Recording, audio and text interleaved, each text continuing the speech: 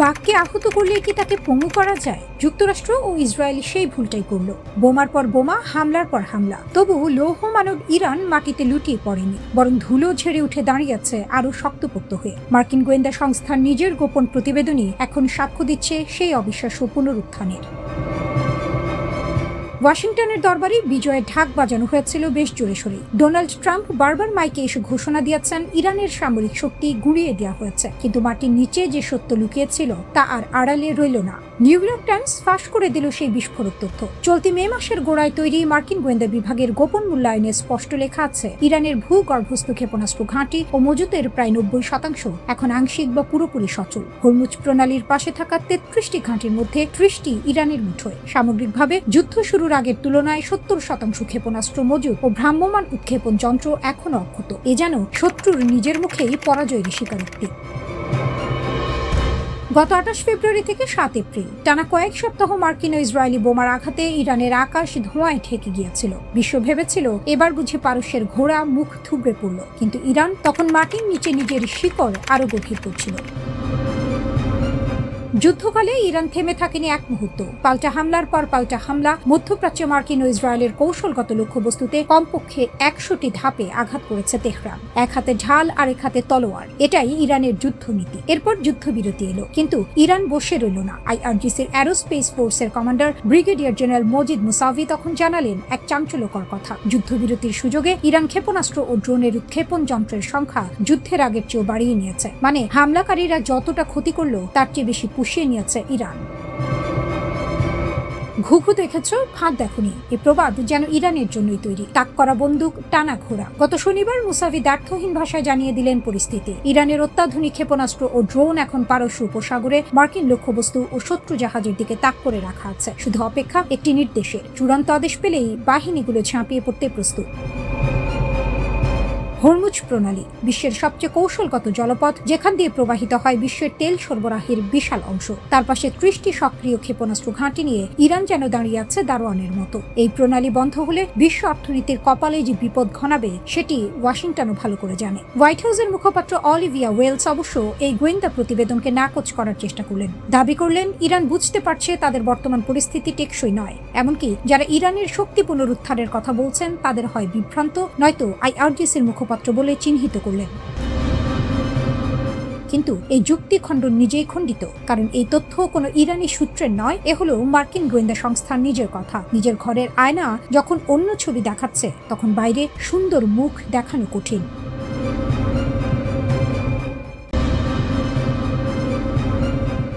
বিদ্যুৎ চমকানোর মতো উঠে এসেছে এক প্রশ্ন, ইরান কি এবার সত্যিই পারমাণবিক অস্ত্রের দোরগোড়ায় দাঁড়িয়ে?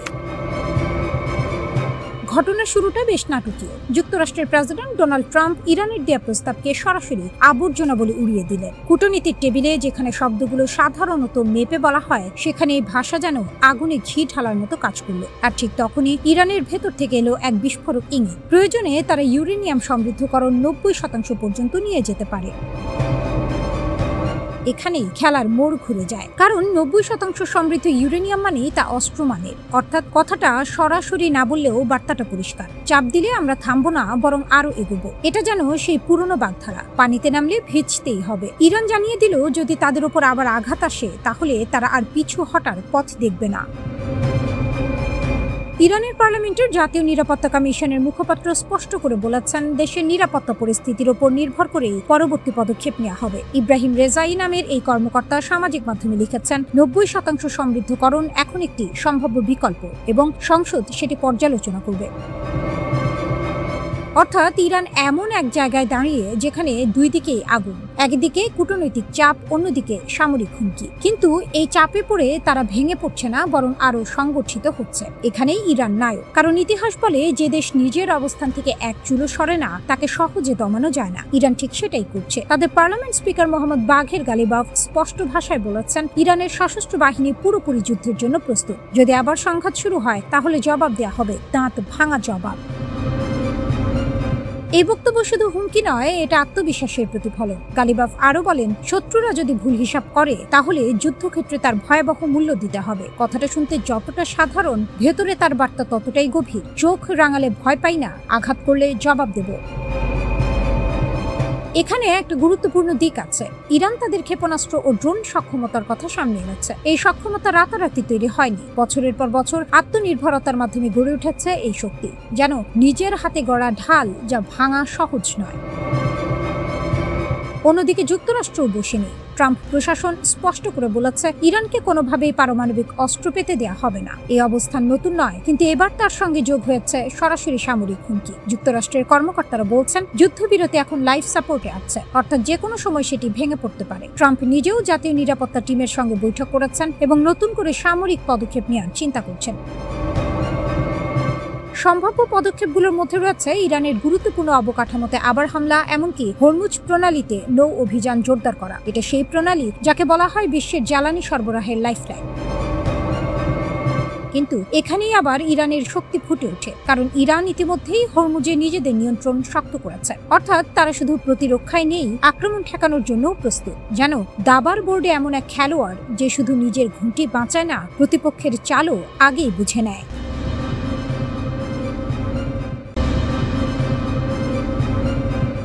সামনে আমেরিকা, পাশে ইসরায়েল, আর এখন জানা গেল যাকে প্রতিবেশী মনে করত সেই সংযুক্ত আরব আমিরাতও গোপনে পেছন থেকে ছুরি মেরেছে। 3 দিক থেকে আগুন। তবে ইরান মাথা নোয়ায়নি, ভাঙেনি, বরং বলছে আরও একবার আঘাত করলে আমরা পারমাণবিক অস্ত্রের দোরগোড়া পেরিয়ে যাব।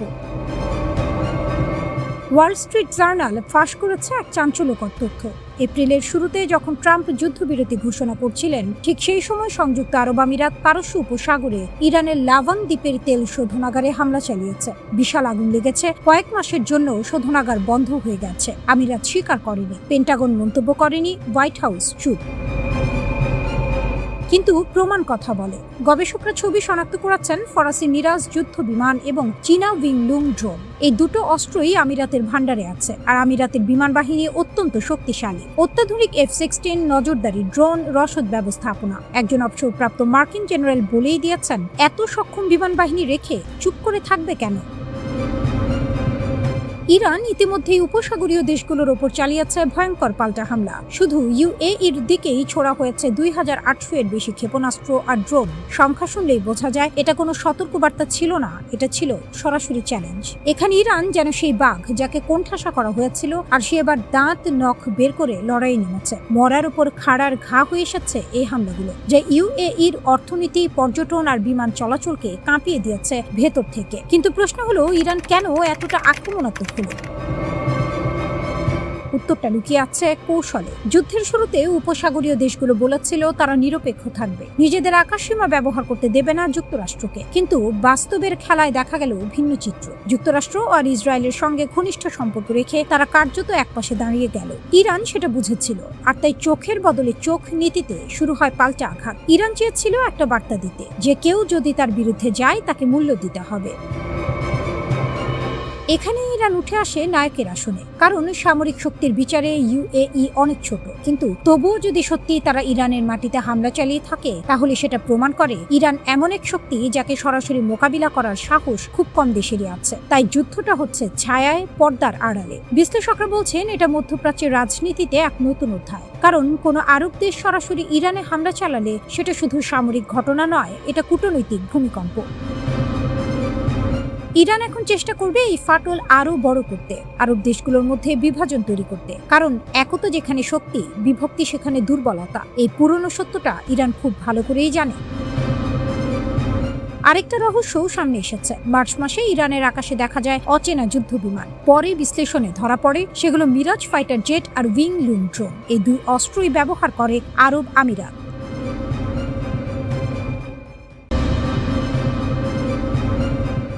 মধ্যপ্রাচ্যের রাজনীতি সবসময় ছিল আগুনের উপর বসে পাশা খেলার মতো, কিন্তু এবার যে চাল পড়েছে সেটা শুধু সাহসী নয়, অনেকের চোখে একেবারে বেপরোয়া। সংযুক্ত আরব আমিরাত, তেল চকচকে মরুর দেশ, ইরানের বেসামরিক অবকাঠামোয় সরাসরি হামলা চালিয়েছে বলে অভিযোগ উঠেছে। দুনিয়ার মানচিত্রে যে দেশটার অস্তিত্ব মাত্র 50 বছরের, সে এখন চোখ রাঙাচ্ছে হাজার বছরের পুরনো সভ্যতার দেশ ইরানকে। বাঘের গায়ে হাত দেয়া আর যাই হোক বুদ্ধিমানের কাজ নয়। বিশ্লেষক রবার্ট ইনল্যাকিশ বলছেন, আমিরাত নিজেকে উদ্ভাবন, শান্তি আর সহনশীলতার দেশ হিসেবে সাজিয়ে রাখলেও পর্দার আড়ালে সম্পূর্ণ অন্য খেলা চলছে। দুবাইয়ের কৃত্রিম স্কাই লাইনের মতোই কৃত্রিম এই ভাবমূর্তি। আবুধাবির শাসকরা বিশাল তেল সম্পদের জোরে একটা মুখোশ পড়েছেন, আর সেই মুখোশের পেছনে চলছে এক সুদূর প্রসারী কৌশলের বাস্তবায়ন। সেই কৌশলের নাম ইসরায়েলের সাথে কাঁধে কাঁধ মিলিয়ে ইরানকে কোণঠাসা করা।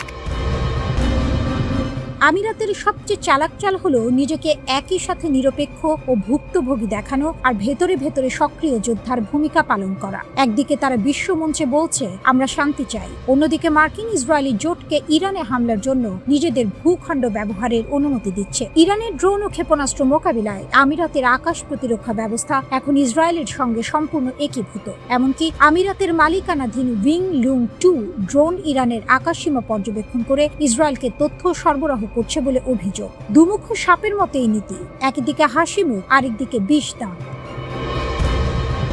ইরান ইসরায়েল দ্বন্দ্বেই থামেনি আমিরাত। লিবিয়া, ইয়েমেন, সুদান, 3টি দেশে ছায়াযুদ্ধে সক্রিয়ভাবে জড়িত আবুধাবি। সুদানের RSF বাহিনীকে মদত, ইয়েমেনে বিচ্ছিন্নতাবাদীদের সহায়তা, সবকিছুর পেছনে একটাই লক্ষ্য, প্যান আরব ও প্যান ইসলামিক যে কোনো ঐক্যের মেরুদণ্ড ভেঙে দেয়া।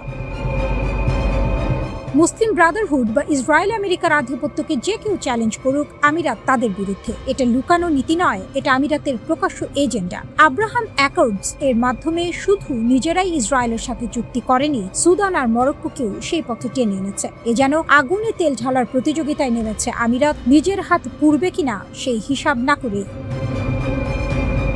চারপাশে তাকালে ছবিটা আরো স্পষ্ট হয়। ওমান সরাসরি না বলে দিয়েছে ইরানের বিরুদ্ধে কোনো সামরিক অভিযানের জন্য তাদের মাটি ব্যবহার করা যাবে না। কাতার নিরপেক্ষ থাকার চেষ্টা করছে, কিন্তু আমিরাত তারা ইরানকে সন্ত্রাসবাদী আখ্যা দিয়ে উত্তেজনার আগুনে ফুঁ দিচ্ছে। লিটল স্পার্টা এই নামে নিজেদের ডাকতে ভালোবাসে আমিরাত। আঞ্চলিক পরাশক্তি হওয়ার স্বপ্ন তাদের, কিন্তু স্বপ্ন আর বাস্তবতার মাঝে ফারাক অনেক।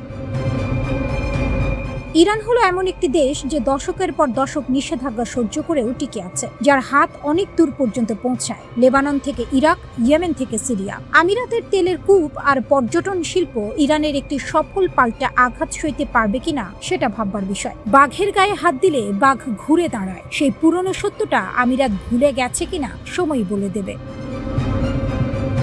মধ্যপ্রাচ্যের দাবার বোর্ডে এই মুহূর্তে সবচেয়ে বড় প্রশ্ন একটাই, আমিরাত কি শুধু ঘুঁটি চালছে নাকি নিজেই ঘুঁটি হয়ে যাচ্ছে?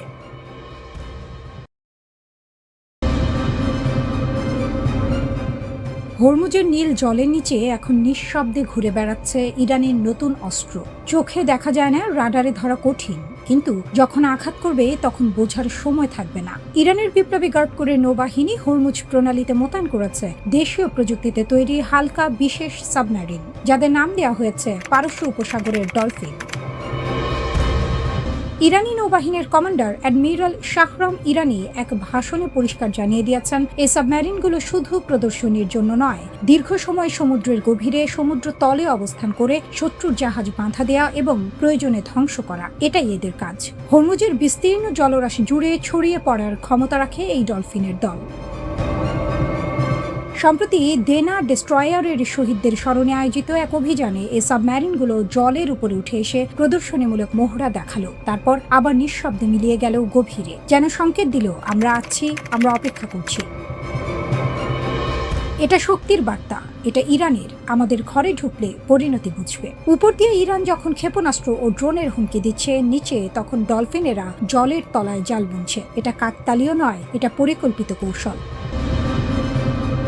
ইরানের সংসদের জাতীয় নিরাপত্তা কমিটির মুখপাত্র ঘোষণা করেছেন, ইরানের ধৈর্যের সীমা শেষ। সামরিক মুখপাত্র সরাসরি বলেছেন, পরবর্তী আঘাতের জবাবে শত্রুরা মুখোমুখি হবে নতুন অস্ত্র, নতুন যুদ্ধ কৌশল এবং নতুন যুদ্ধক্ষেত্রের। সেই নতুন যুদ্ধক্ষেত্র কোথায়? হরমুজের অন্ধকার গভীরতায়, যেখানে আমেরিকার সবচেয়ে আধুনিক ডেস্ট্রয়ারও চোখ বন্ধ করে চলে। সাবমেরিন মোতায়েন মানে ইরান এবার খেলার নিয়ম বদলে দিচ্ছে। আকাশে যুদ্ধ হলে অ্যান্টি ড্রোন প্রযুক্তি আছে, জলের উপরে যুদ্ধ হলে রাডার আছে, কিন্তু সমুদ্রের তলায় সেখানে গেমটা সম্পূর্ণ আলাদা। ওয়াশিংটনের হিসাব কি মিলছে? আমেরিকা মে মাসের শুরু থেকে আগ্রাসী অবস্থানে আছে। USS George HW. বুশ থেকে উড়ে আসা F-18 সুপার হর্নেট ইরানের তেলবাহী এমটি স্টার 3 ও এমটি সেডার 2 এর চিমনিতে নিখুঁত আঘাত করেছে। 4টি ইরানি জাহাজ অচল করা হয়েছে, 58টি বাণিজ্যিক জাহাজকে পথ বদলাতে বাধ্য করা হয়েছে। মার্কো রুবিও বলেছেন, লাল রেখা স্পষ্ট, আমাদের জাহাজে গুলি চালালে তুমি উড়ে যাবে। কিন্তু রুবিও যে হিসাব করেননি সেটা হলো জলের তলার ডলফিনকে আগে দেখতে হয়, তারপর গুলি চালানো যায়। দেখতে না পেলে কোনো লাল রেখাই কাজে আসে না। তেহরানের রাস্তায় এখন জাতীয়তাবাদের আবেগ টকবক করছে। যুদ্ধের দামামা বাজলে অনেকেই পতাকা হাতে রাস্তায় নামে, ইরানও তার ব্যতিক্রম নয়। সরকারের কঠোর অবস্থানে সমর্থন দিচ্ছেন লাখো মানুষ। হরমুজ এখন দুই রকম বিপদ বহন করছে, উপরে ড্রোন ও ক্ষেপণাস্ত্রের ছায়া, নিচে ডলফিনদের নীরব টহল। ইরান এবার আর কোণঠাসা নয়, ইরান এবার কৌশলী। জলের উপরে যে হুঙ্কার দিচ্ছে, জলের নিচে সে জাল পাচ্ছে। পারস্য উপসাগরে এখন শুধু ঢেউ নেই, ডলফিন সাবমেরিনও আছে, এবং এই ডলফিনেরা শিকারের জন্য অপেক্ষা করতে জানে।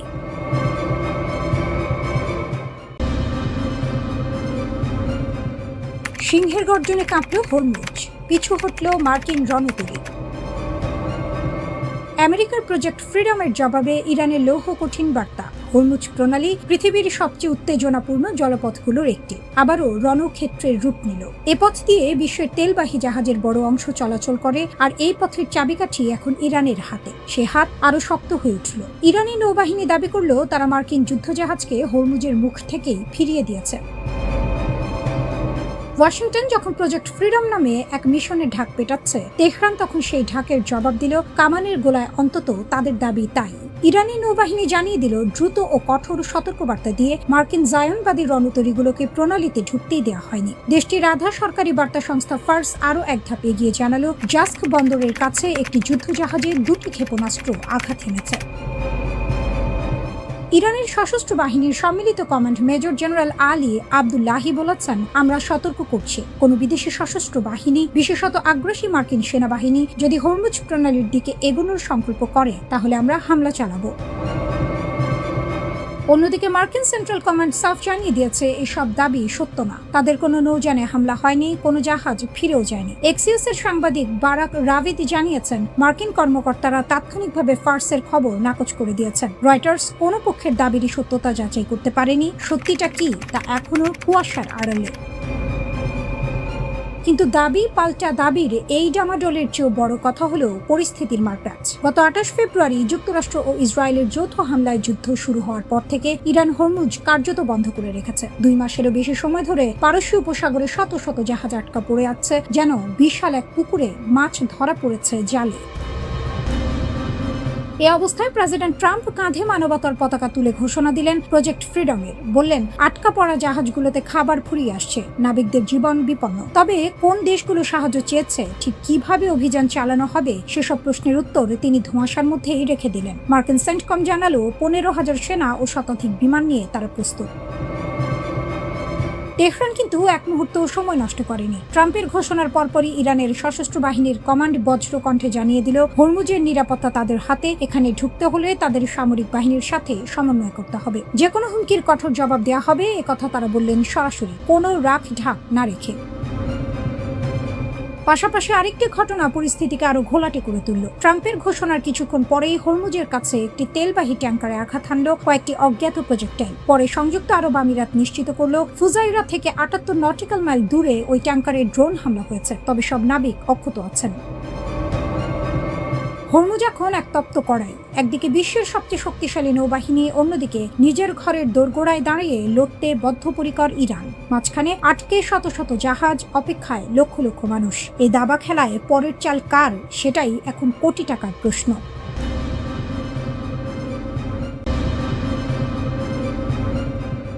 আমেরিকার বুকে কাঁপন ধরিয়ে দিল ইরান। একটি মিসাইল আকাশে উঠতেই 80 টুকরো, প্রতিটি টুকরো আলাদা লক্ষ্যে ছুটছে। মাত্র 10টি মিসাইল একসঙ্গে ছুড়লে আকাশ ভরে যাবে 800 বোমায়। আমেরিকার কোটি ডলারের থার্ড প্যাট্রিয়ট সিস্টেম সেদিন শুধু তাকিয়ে দেখবে।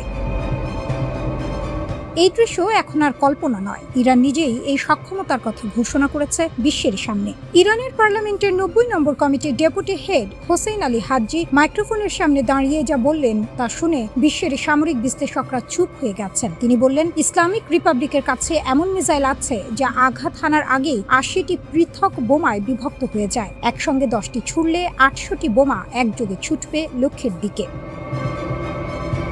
তারপর সরাসরি চ্যালেঞ্জ, কোন থার্ড কোন প্যাট্রিয়ট এগুলো থামাতে পারবে? এটা শুধু রাজনৈতিক বক্তব্য নয়। ইরান ইতিমধ্যেই ক্লাস্টার মিউনিশন ব্যবহার করেছে 2026 সালের যুদ্ধে। হিউম্যান রাইটস ওয়াচ নথি করেছে জনবহুল এলাকায় বারবার এই অস্ত্র প্রয়োগ করা হয়েছে। তার মানে এই সক্ষমতা পরীক্ষিত, প্রমাণিত এবং মাঠে ব্যবহারযোগ্য। ঠিক যেদিন আমেরিকা ঘোষণা দিল হরমুজ প্রণালী দিয়ে বাণিজ্যিক জাহাজ পাহারা দেওয়া শুরু হবে, সেদিনই ইরান জবাব দিল মিসাইল আর ড্রোন দিয়ে। ইউএই এর দিকে ছুটল 15টি মিসাইল, 4টি ড্রোন। ফুজাইরার একটি তেল কমপ্লেক্সে ভয়াবহ আগুন, 3 জন ভারতীয় শ্রমিক আহত। ইউএই উপকূলের কাছে 2টি কার্গো জাহাজ আগুনে ভস্মীভূত। আর সরাসরি আমেরিকান যুদ্ধজাহাজ লক্ষ্য করেও ছোড়া হলো মিসাইল। ইরানের নৌবাহিনী নিজেই স্বীকার করল, কোনো অস্বীকার নেই, কোনো লুকো ছাপা নেই। তেহরানের ব্যাখ্যা সহজ, আমরা আগে মারিনি, আমেরিকা জোর করে হরমুজে ঢুকতে চেয়েছে, এটা তারই জবাব। উপসাগর জুড়ে আতঙ্ক, জোট বাঁধছে আরব বিশ্ব। সৌদি আরব তাৎক্ষণিক নিন্দা জানালেও যুবরাজ মোহাম্মদ বিন সালমান সরাসরি ফোন করলেন আমিরাতের প্রেসিডেন্টকে, বললেন রিয়াদ আমিরাতের পাশে আছে, থাকবে। জিসিসি বলল এটা আন্তর্জাতিক আইনের নির্লজ্জ লঙ্ঘন। কাতার বলল সংযম দরকার। ইইউ বলল এটা অগ্রহণযোগ্য। কিন্তু ইরান থামেনি, থামার কোনো লক্ষণও নেই। বরং আমিরাতকে সরাসরি হুমকি দিয়ে তেহরান বলেছে, ইসরায়েলের খেলার পুতুল হলে শিখিয়ে দেওয়া হবে। কাচের ঘরে বসে আছো, একটা সুবিধাও নিরাপদ থাকবে না। ইউএই পাল্টে জানিয়েছে এবার আর চুপ থাকবে না। আমেরিকার অস্ত্র ভান্ডারে ভয়ঙ্কর টান, এখানে আসল আতঙ্ক লুকিয়ে। মাত্র 39 দিনের যুদ্ধে আমেরিকা খরচ করে ফেলেছে 1430টি প্যাট্রিয়ট ইন্টারসেপ্টর, 850টিরও বেশি টমাহক ক্রুজ মিসাইল, 1000টি joint air to surface missile, 370টি SM-6 মিসাইল। কিছু গুরুত্বপূর্ণ সিস্টেমের অর্ধেকের বেশি মজুদ ইতিমধ্যেই শেষ। লকহিড মার্টিন উৎপাদন বাড়াচ্ছে, টমাহক তৈরির গতি বাড়ছে, কিন্তু বিশেষজ্ঞরা বলছেন পুরো মজুদ ফেরাতে লাগবে 4 বছরেরও বেশি সময়। আর এই 4 বছরের শূন্যতার মাঝে যদি চীনের সঙ্গে সংঘাত বাঁধে? পৃথিবীর সবচেয়ে শক্তিশালী সামরিক বাহিনী আছে প্রশ্নের মুখোমুখি, যে প্রশ্নের উত্তর তাদের কাছে নেই।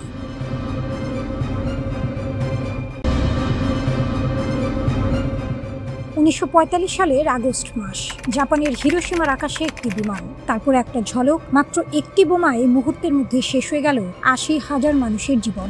সেদিন থেকে পৃথিবীর প্রতিটি শক্তিশালী দেশ একটাই স্বপ্ন দেখতে শুরু করলো, আমার হাতেও যদি এই ক্ষমতা থাকতো। সেই স্বপ্নের পেছনে ছুটতে গিয়ে বন্ধু ধোঁকা দিয়েছে বন্ধুকে, গুপ্তচর ঢুকেছে মিত্রের ঘরে, হানি ট্র্যাপে ফাঁসানো হয়েছে বিজ্ঞানীকে, আর কোথাও কোথাও নিজের দেশের মানুষকেই বলির পাঁঠা বানানো হয়েছে।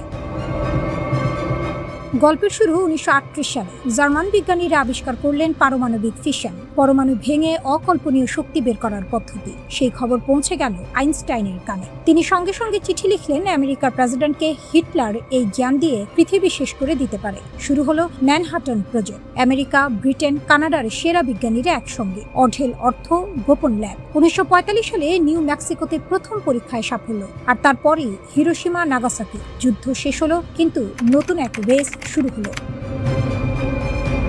যুদ্ধে আমেরিকার মিত্র ছিল সোভিয়েত ইউনিয়ন, কিন্তু পর্দার আড়ালে চলছিল অন্য খেলা। আমেরিকান বিজ্ঞানীরা গবেষণাপত্র প্রকাশ বন্ধ করে দিল। মস্কো বুঝলো কিছু একটা লুকানো হচ্ছে। সোভিয়েত গোয়েন্দারা ম্যানহাটন প্রজেক্টে ঢুকে পড়ল, চুরি করলো নকশা, তথ্য, হিসাব। কিন্তু আমেরিকাও কম চালাক ছিল না। সেই গুপ্তচরদের ডাবল এজেন্ট বানিয়ে ভুল তথ্য পাঠাতে শুরু করলো মস্কোতে। সোভিয়েত বুঝলো ফাঁকিটা, নিজেদের গবেষণা নিজেরাই করলো। 1949 সালে কাজাখস্তানের মরুভূমিতে বিস্ফোরণ, আমেরিকার একচেটিয়া আধিপত্য শেষ, শুরু হলো ঠান্ডা যুদ্ধ। ব্রিটেন আমেরিকার আগেই গবেষণা শুরু করেছিল 1940 সালে, জার্মান থেকে পালিয়ে আসা বিজ্ঞানীদের নিয়ে। তারপর যুদ্ধের প্রয়োজনে সব গবেষণা তুলে দিল আমেরিকার হাতে চুক্তির বিনিময়ে। চুক্তিতে লেখা ছিল প্রযুক্তি ভাগ হবে, কিন্তু যেই আমেরিকা বোমা বানিয়ে ফেললো, চুক্তি ছিঁড়ে ফেললো, মুখের উপর না বলে দিল। পিঠে ছুরি খেয়েও ব্রিটেন দমেনি, নিজেই শুরু করলো আবার। 1952 সালে অস্ট্রেলিয়ার কাছে সমুদ্র পরীক্ষা সফল। ফ্রান্সকে পারমাণবিক পথে ঠেলে দিয়েছিল অপমান। সুয়েজ খালের লড়াইয়ে রাশিয়া পারমাণবিক হুমকি দিয়েছিল, আমেরিকা অর্থনৈতিক চাপ দিয়েছিল। ফ্রান্সকে পিছু হটতে হয়েছিল লেজ গুটিয়ে। সেই লজ্জার জবাব দিল 1960 সালে সাহারা মরুভূমিতে বিস্ফোরণ। চীনের গল্পটা আরো নাটকীয়। কোরিয়ান যুদ্ধে আমেরিকা পারমাণবিক হুমকি দিয়েছিল। মাও সেতুং বুঝলেন অস্ত্র না থাকলে সম্মান নেই। সোভিয়েত প্রথমে সাহায্য করলো, তারপর মাঝপথে সব বিজ্ঞানী ফিরিয়ে নিল। চীন একাই লড়ল। 1964 সালে পরীক্ষার নাম রাখলো 596, কারণ 1959 সালের জুনে রাশিয়া ছেড়ে গিয়েছিল। ইসরায়েল আজও স্বীকার করে না পরমাণু অস্ত্র আছে কিনা, কিন্তু বিশ্ব জানে। 1986 সালে মোর্দেচাই ভানুনু নামের এক প্রযুক্তিবিদ ব্রিটিশ সংবাদপত্রে সব ফাঁস করে দিলেন। ছবি, নথি, গোপন তথ্য। মোসাদ হানি ট্র্যাপ পাতল। এক নারী গোয়েন্দা তাকে প্রেমের ফাঁদে ফেলে রোম থেকে ইসরায়েলে নিয়ে গেল। 18 বছর কারাগার। আজও পাহারায় জীবন কাটাচ্ছে ভানুনু। কিন্তু জানা গেল কেনেডি বেঁচে থাকতে ইসরায়েলকে আটকে ছিল। কেনেডি নিহত হওয়ার পর পথ পরিষ্কার হলো। 1967 সালে ইসরায়েল নীরবে কাজ সারল। ভারত শান্তির মুখোশ পরে কানাডা আমেরিকা থেকে চুল্লি আনলো। পর্দার আড়ালে চলল অন্য কাজ। 1974 সালে রাজস্থানের মরুভূমিতে বিস্ফোরণ, নাম দিল স্মাইলিং বুদ্ধ। দক্ষিণ আফ্রিকা বর্ণবাদের কারণে একা হয়ে গিয়ে বোমা বানালো। তারপর সোভিয়েত পতনের পর নিজেই ধ্বংস করলো। ইতিহাসে একমাত্র দেশ। পাকিস্তানের পথ দেখিয়েছিলেন আব্দুল কাদির খান। নেদারল্যান্ডের ল্যাব থেকে চুরি করা নকশা নিয়ে দেশে ফিরলেন। চীনের সাহায্য, আমেরিকার চোখ বন্ধ। 1998 সালে রাশকোহের পাহাড়ে পরীক্ষা। আর উত্তর কোরিয়া মিসাইল ছিল, পরমাণু ছিল না। পাকিস্তানের কাছ থেকে পরমাণু প্রযুক্তি বদলে দিল মিসাইলের নকশা। 2006 সালে প্রথম পরীক্ষা।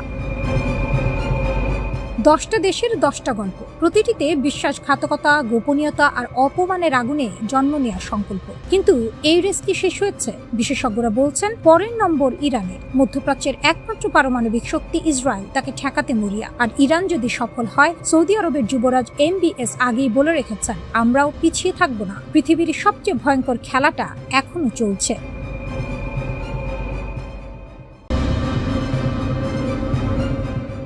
একদিকে মার্কিন রণতরী, অন্যদিকে সৌদি আমিরাতের উদ্বিগ্ন দরবার। আর মাঝখানে তেহরান দাঁড়িয়ে আছে মাথা উঁচু করে, বুক চিতিয়ে, যেন সিংহের গুহায় ঢুকে পড়া শিকারীরা এখন পালানোর পথ খুঁজছে।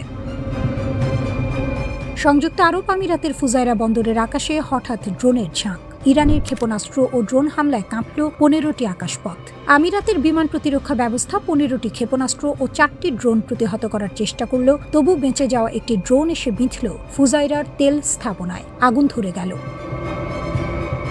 তেহরান কিন্তু এটিকে যুদ্ধ বলছে না, বলছে জবাব। মার্কিনীরা প্রজেক্ট ফ্রিডম নামে বাণিজ্যিক জাহাজ পাহারা দিতে হরমুজে ঢুকে পড়েছিল। ইরানের ভাষায় এটি ছিল অবৈধ অনুপ্রবেশ এবং অনুপ্রবেশকারীকে শিক্ষা দেওয়া তাদের অধিকার। ইরানের নৌবাহিনী সাফ জানালো তারা মার্কিন রণতরী লক্ষ্য করে ক্ষেপণাস্ত্র ও ড্রোন ছুড়েছে। কোনো ভনিতা নেই, কোনো লুকোচুরি নেই। মার্কিন পররাষ্ট্রমন্ত্রী মার্কো রুবিও হোয়াইট হাউসের পোডিয়ামে দাঁড়িয়ে অপারেশন এপিক ফিউরি সমাপ্তির ঘোষণা দিলেন। বললেন, আমরা লক্ষ্য অর্জন করেছি। কিন্তু কথার ফাঁকে ফাঁকে স্পষ্ট হয়ে গেল আমেরিকা আসলে গুটিয়ে নিচ্ছে তার লম্বা হাত। প্রজেক্ট ফ্রিডম চালু হওয়ার মাত্র একদিনের মাথায় ট্রাম্প সেটিও বন্ধ করে দিলেন। যে মিশন শুরু হয়েছিল হরমুজ খুলে রাখার দাবিতে, সেই মিশন শেষ হল ইরানের আগুনের মুখে। রিয়াদের কপালে ভাঁজ। সৌদি যুবরাজ মোহাম্মদ বিন সালমান এখন 2 নৌকায় পা দিয়ে দাঁড়িয়ে। একদিকে আমিরাতের প্রতি ভ্রাতৃত্বের প্রতিশ্রুতি, আরেকদিকে তেহরানের সঙ্গে ফোনালাপ। 6 মে ইরানের পররাষ্ট্রমন্ত্রী আরাকচি চীন সফরের মাঝখানে সৌদি পররাষ্ট্রমন্ত্রী ফয়সাল বিন ফারহানকে ফোন করলেন। বেজিংয়ের ছায়ায় বসে রিয়াদ তেহরান কথোপকথন, এই ছবিটা নিজেই হাজার কথা বলে। রিয়াদ আমিরাতে হামলা নিন্দা করেছে ঠিকই, কিন্তু বিশেষজ্ঞরা বলছেন মোহাম্মদ বিন সালমানের মাথায় এখন একটাই প্রশ্ন ঘুরছে, পরের লক্ষ্য কি সৌদি আরব? তাই হয়তো এক হাতে নিন্দার বিবৃতি, অন্য হাতে তেহরানের সঙ্গে কূটনীতির সুতো ধরে রাখা। ইরানের সাফ বার্তা। তেহরান এবার কাঁচের ঘরে থাকা প্রতিবেশীদের উদ্দেশ্যে বলল, কাঁচের ঘরে বসে ঢিল ছুড়বেন না। ইরানি সামরিক সূত্র সরাসরি হুঁশিয়ারি দিল আমিরাতকে, যদি ইসরায়েলের খেলার পুতুল হও, তাহলে তোমার প্রতিটি স্থাপনা আমাদের লক্ষ্যবস্তু হবে। কোনো 1 ইঞ্চি আমিরাতি স্থাপনা নিরাপদ থাকবে না। জিসিসি, ইউরোপীয় ইউনিয়ন, কাতার সবাই নিন্দার ঝুড়ি খালি করছে, কিন্তু ইরান ভ্রুক্ষেপও করছে না। কারণ তেহরান জানে নিন্দার শব্দ বাতাসে মেলায়, কিন্তু হরমুজের নিয়ন্ত্রণ থাকে যার হাতে, বিশ্ব তেল বাজারের চাবিকাঠিও থাকে তার হাতে। দশকের পর দশক রুগ্ন রাষ্ট্র তকমা পরেও ইরান আজ প্রমাণ করছে কোণঠাসা সিংহ সবচেয়ে বিপজ্জনক। মার্কিন যুক্তরাষ্ট্র পিছু হচ্ছে, সৌদি আরব সমঝোতার পথ খুঁজছে, আমিরাত ক্ষতের হিসাব করছে, আর ইরান সে দাঁড়িয়ে আছে হরমুজের মুখে, ইতিহাসের বাঁকে, নিজেই নিজের ভাগ্যের কর্ণধার হয়ে।